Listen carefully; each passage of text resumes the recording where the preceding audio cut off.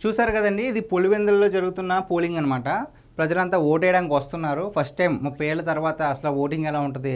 మా నాయకుడిని ఎలా ఎన్నుకోవాలని ఒక విధానానికి చాలా ఆతృతగా ఎలాగైనా సరే ప్రభుత్వాన్ని మార్చాలని చెప్పేసి కొంతమంది, లేదంటే కొంతమంది వైసీపీకి ఓటేయొచ్చు, మరి కొంతమంది టీడీపీకి ఓటేయొచ్చు. ఏదైనా సరే ఓటు వేయడానికి చాలా ప్రశాంతంగా వెళ్తున్నారు.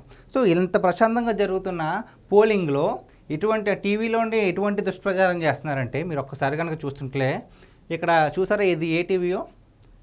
గ్యారంటీ మీకు స్పష్టంగా కనిపిస్తుందని అనుకుంటున్నాను. ఉదయం నుంచి టీడీపీ రిగ్గింగ్కు పోలీసులు సహకరిస్తున్నారని ఆగ్రహం అంట. ఎవరండి ఆగ్రహించేవాళ్ళు? ఇక్కడ ఒక పిక్ పెట్టారు కదా, ఆ పిక్ అర్థం ఏంటో తెలుసా? డబ్బులు ఇస్తుంటే ఓటుకు నోటు డబ్బులు ఇస్తుంటే పోలీసులు పట్టుకుంటున్నారు. దానికి వీళ్ళు ఏమైనా వేసుకున్నారు? ఉదయం నుంచి టీడీపీ రిగ్గింగ్కు పోలీసులు సహకరిస్తున్నారని ఆగ్రహం అంట. రిగ్గింగ్ చేసే పరిస్థితి టీడీపీకి రాలేదు. ఎంతకాలం రిగ్గింగ్ చేసింది మీరు.